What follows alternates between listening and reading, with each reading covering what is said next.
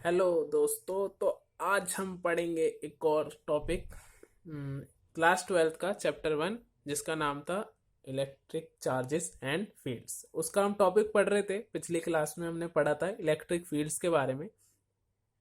थोड़ी सी चीज़ें जो थी उसके अंदर रह गई थी, वही मैं बता देता हूँ आपको। जैसे कि इलेक्ट्रिक फील्ड जो था, हमने इलेक्ट्रिक फील्ड का एक फॉर्मूला पढ़ा था, E is equal to F upon Q naught is test charge. ठीक है, एफ, और इसी से हमने एक और फॉर्मूला निकाला था, 1/4 पाई एक्साइलम नॉट या फिर एक्साइलम इनटू में यहाँ पे हमारा बचा था के, ये हो गया क्यू बचा था हमारे पास, क्यू यानी ये हमारा सोर्स चार्ज अपॉन में R²। इससे हमने एक चीज हमने बताई थी कि इलेक्ट्रिक फील्ड जो होती है वो इन्वर्सली प्रोपोर्शन होती है आर, यानी जैसे जैसे डिस्टेंस बढ़ता रहता है चार से, जैसे जैसे डिस्टेंस बढ़ता रहेगा टेस्ट चार्ज का, तो उसकी इलेक्ट्रिक फील्ड जो होगी वो कम होती जाएगी। यानी चार्जेस के पास में इलेक्ट्रिक फील्ड ज़्यादा होती है, और चार्जेस से जैसे जैसे हम दूर जाएंगे यानी डिस्टेंस बढ़ेगा, तो इलेक्ट्रिक फील्ड जो होगी वो कम हो जाएगी। इसके बाद देखो, इलेक्ट्रिक फील्ड्स का हमको दो तीन चीज़ें और देखनी थी। जैसे कि इलेक्ट्रिक फील्ड जो होती है वो पॉजिटिव चार्ज के लिए जो होगी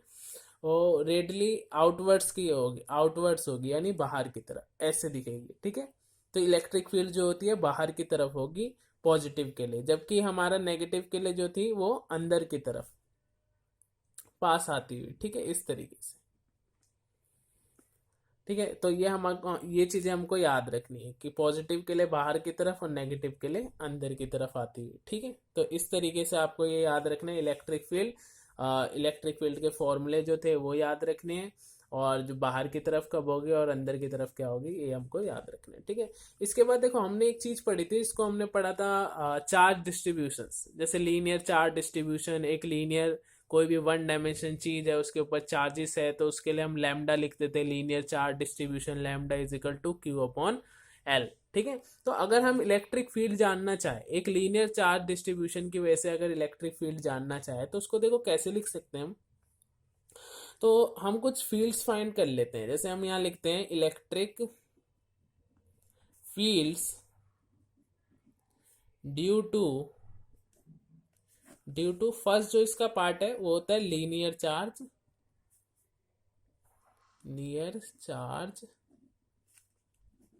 डिस्ट्रीब्यूशन। ठीक है, एक लीनियर चार्ज डिस्ट्रीब्यूशन है, और इसके लिए हम जानना चाहते हैं भाई इलेक्ट्रिक फील्ड जो होगी वो कितनी होगी, ये बता दो। तो इसके लिए देखो क्या कर सकते हो कि पूरे के लिए इलेक्ट्रिक फील्ड चाहिए, तो हम मान लेते हैं ये 0 से स्टार्ट हुआ और एल लेंथ तक ये खत्म हुआ। ठीक है, 0 to L, ये इसकी लेंथ कितनी थी, एल। तो अगर इलेक्ट्रिक फील्ड का आपको फॉर्मूला पता हो, तो इलेक्ट्रिक फील्ड का फॉर्मूला क्या होता था, अभी हमने पढ़ा भी, 1/4 पाई एक्साइलम नॉट इंटू में क्यू, जो इसका चार्ज था टोटल, अपॉन में R²। आर इज डिस्टेंस जहां तक वो इलेक्ट्रिक फील्ड होगी। ठीक है, अगर आप इसको लीनियर चार्ज डिस्ट्रीब्यूशन में अगर करें, तो लीनियर चार्ज के लिए हमने एक फॉर्मूला पढ़ा था, linear charge distribution lambda is equal to Q upon L. तो अगर यहाँ से क्यू की वैल्यू अगर आप निकालें तो क्यू की वैल्यू कितनी हो जाएगी, लैम्डा इंटू एल, और इसी लैम्डा इंटू एल को यहाँ पुट कर सकते हो आप। ठीक है, तो आप यहाँ से ऐसे लिख सकते हैं कि ई जो होता है लीनियर चार्ज डिस्ट्रीब्यूशन के लिए जो इलेक्ट्रिक फील्ड्स होती हैं वो बराबर होती है 1/4 पाई एक्साइलम नॉट इंटू में लैम्डा एल अपॉन में R²। ठीक है, L is the length of the one dimension object. ठीक है, या फिर आप कोई वायर थ्रेड ये सब चीजें आप ले सकते हैं उसके लिए। ठीक है, या फिर अगर आप चाहे तो इंटीग्रेशन की फॉर्म में भी आप इसको लिख सकते हैं। ठीक है, E is equal to 1/4 pi epsilon naught, जैसे डीएल लेंथ के लिए आपने निकाल लिया तो lambda into dl length upon में R²। डीएल कहाँ से स्टार्ट हुआ था, 0 से स्टार्ट हुआ था, एल लेंथ तक हमको पूरी इलेक्ट्रिक फील्ड जाननी है। 0 से लेके एल लेंथ तक कितनी इलेक्ट्रिक फील्ड होगी, इन सभी को ऐड करते जाएंगे। एडिशन के लिए जो होता है, टोटल निकालने के लिए हम जो इंटीग्रेशन इस्तेमाल करते हैं वही करके हमने निकाल दिया। तो अगर आपके पास जहां तक निकालने को बोले उतनी इंटीग्रेशन करके आप निकाल भी सकते हैं। तो ये आपका लीनियर चार्ज डिस्ट्रीब्यूशन के लिए हो गया। अगर आप इसी में सेकंड चीज देखें, तो सेकंड हमने पढ़ा था सरफेस चार्ज डिस्ट्रीब्यूशन। तो सेकंड के लिए आप लिख सकते हैं सरफेस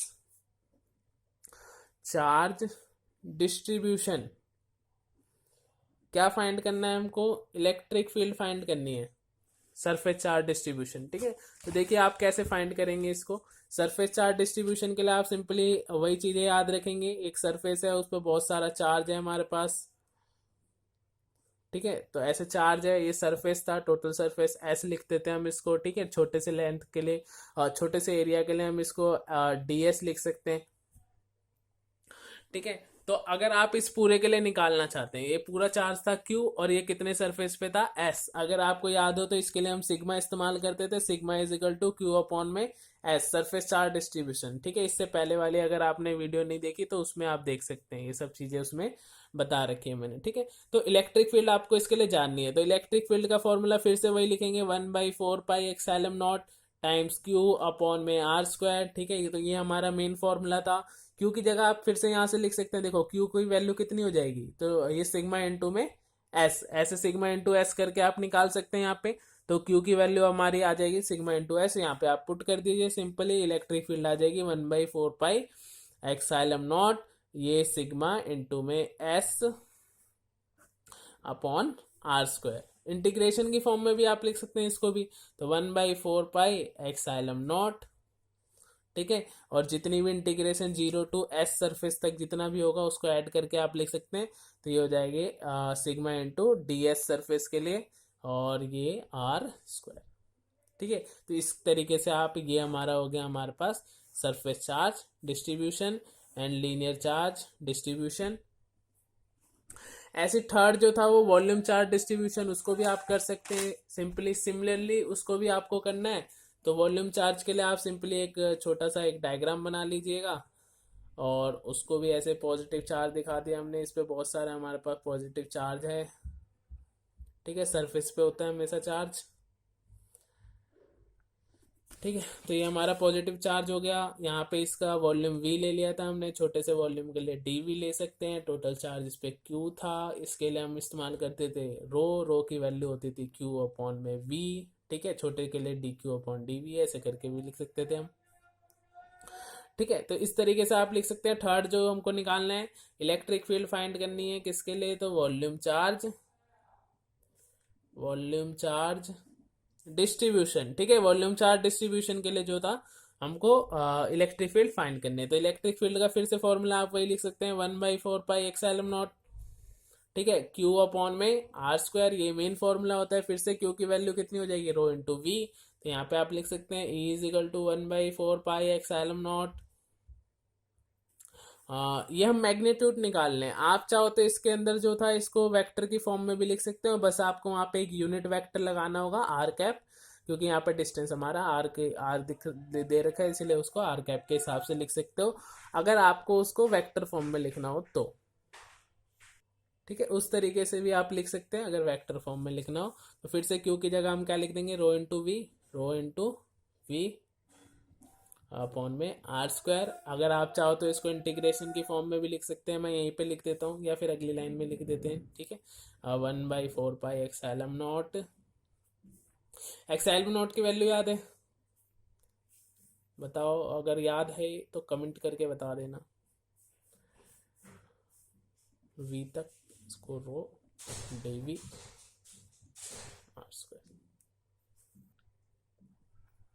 ठीक है, तो इस तरीके से जो था आप इलेक्ट्रिक फील्ड फाइंड कर सकते हैं, एक वॉल्यूम चार्ज डिस्ट्रीब्यूशन के लिए भी आप निकाल सकते हैं। सिंपली इस तरीके से आपको थोड़ी छोटी छोटी चीजें ये सब आपको आनी चाहिए। ठीक है, इसके बाद हमको जो नेक्स्ट टॉपिक पढ़ना है उसको कहते हैं हम electric field lines. Electric field lines, तो इलेक्ट्रिक फील्ड लाइंस क्या होती है, देखो इलेक्ट्रिक फील्ड लाइन सिंपली आप समझ सकते हो एक पॉजिटिव चार्ज है, इस पॉजिटिव चार्ज के आसपास कुछ फील्ड्स होंगी, मतलब इतनी दूरी तक कहीं तक फील्ड्स होगी जहाँ पे इलेक्ट्रिक फोर्स लगता हो। तो ऐसी लाइंस, वो कर्व भी हो सकती है, स्ट्रेट लाइन भी हो सकती है, ऐसी लाइंस किसी भी चार्ज के आसपास जो कि हमको इलेक्ट्रिक फील्ड की डायरेक्शन बताएं। इलेक्ट्रिक फील्ड की डायरेक्शन बताने वाली लाइंस को इलेक्ट्रिक फील्ड लाइंस कहते हैं। ठीक है, जैसे कि अगर पॉजिटिव चार्ज के लिए अगर इलेक्ट्रिक फील्ड लाइंस अगर मैं बताऊं तो वो कुछ इस तरीके से बनती है। ठीक है, स्टार्ट होती है पॉजिटिव से, एंड होती है इन्फिनिटी तक। ठीक है, जहां तक उसकी स्ट्रेंथ होगी वहां तक वो जाएगी। पॉजिटिव के लिए ऐसे, नेगेटिव के लिए अगर आप बनाएं तो नेगेटिव के लिए कुछ ऐसे बनेगी आपके लिए, इस तरीके से आप बना सकते हैं। ये हमारे नेगेटिव के लिए बन गई। ठीक है, तो ये पॉजिटिव के लिए, सिर्फ पॉजिटिव चार्ज के लिए, सिर्फ नेगेटिव चार्ज के लिए। ठीक है, अगर दो पॉजिटिव चार्ज के लिए बनाना हो तो वो भी आप बना सकते हैं। देखो, तो अगर यहाँ पे दो पॉजिटिव चार्ज रख दिए हमने, तो वो कुछ इस तरीके से बनेगी। देखो, ऐसे बाहर की तरफ ऐसे जाती है।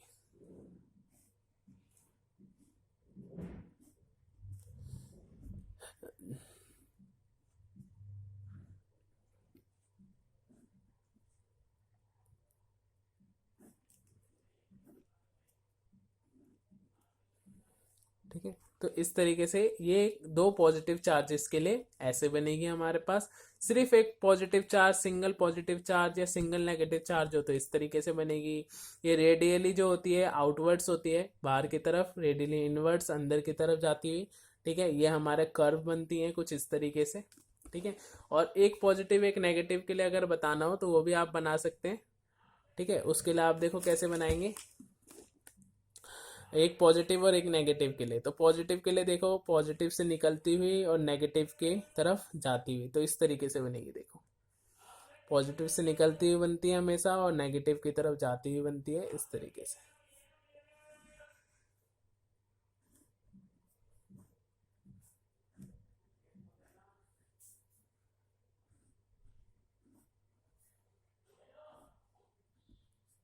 ठीक है, इस तरीके से आप बना सकते हैं। तो ये हमारी इलेक्ट्रिक फील्ड लाइंस थी। अब इलेक्ट्रिक फील्ड लाइंस की कुछ प्रॉपर्टीज होती हैं। देखो, प्रॉपर्टीज हम जल्दी से पढ़ लेते हैं। प्रॉपर्टीज देखो, सिंपली यही कह सकते हो कि पॉजिटिव से स्टार्ट होती है, नेगेटिव पे खत्म होती है, या फिर अगर सिंगल पॉजिटिव के लिए अगर आप बोले तो बाहर की तरफ जाती है, पॉजिटिव से स्टार्ट होगी और इन्फिनिटी पे खत्म होगी। सिर्फ नेगेटिव के लिए बोले तो हमारे इन्फिनिटी से स्टार्ट होती है और खत्म कहाँ पे होती है, नेगेटिव पे। और हमको सिंपल यहाँ पे फर्स्ट पॉइंट यही लिख सकते हो आप कि starts from positive and ends to negative. ठीक है, पॉजिटिव से स्टार्ट होती है और नेगेटिव पे जाके ये जो होती है ये खत्म हो जाती है। ठीक है, तो इस तरीके से आप इसको जो है याद रख सकते हैं। सेकंड पॉइंट जो है, ये एक दूसरे को कभी भी इंटरसेक्ट नहीं करती, तो नेवर इंटरसेक्ट ईच अदर। इसके ऊपर क्वेश्चन भी आता है, never intersect each other.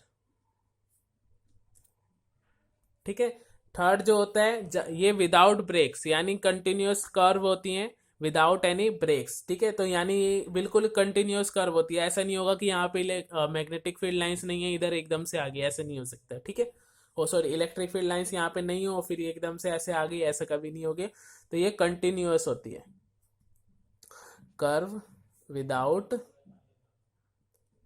Breaks. ठीक है, और लिख सकते हो जहां पे हमारे मैग्नेटिक फील्ड लाइन ज्यादा होती है वहां पे हमारी मैग्नेटिक फील्ड जो होती है वो स्ट्रांग होती है, जहाँ पे दूर दूर होती है वहां पे वीक होती है। तो यहाँ स्ट्रांग हो जाएगी क्योंकि यहाँ पास पास है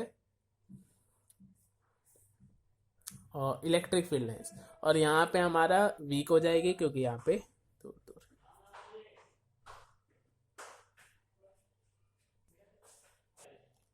ठीक है, तो ये आप याद रख सकते हो, जहाँ पे पास पास है वहां पे स्ट्रॉन्ग मैग्नेटिक फील्ड लाइंस होगी, मैग्नेटिक फील्ड स्ट्रॉन्ग हो जाएगी, जहाँ पे दूर दूर है वहां पे वीक होगी। ठीक है, और लास्ट हमको याद रखना है, लास्ट हमसे पूछा जाता है यूनिफॉर्म बना के दिखाओ। यूनिफॉर्म इलेक्ट्रिक फील्ड्स जो होती हैं, यूनिफॉर्म इलेक्ट्रिक फील्ड्स पढ़ रहे हैं, इलेक्ट्रिक फील्ड्स लाइंस। ठीक है, तो उसको आप कैसे बनाएंगे, तो equal magnitude, uniform equal magnitude होगा और सेम डायरेक्शन होगी। तो देखो आप कैसे बनाएंगे, बिल्कुल स्ट्रेट लाइंस बनाएंगे, एक दूसरे के पैरेलल होने चाहिए, दोनों के बीच में डिस्टेंस जो होता है बराबर होना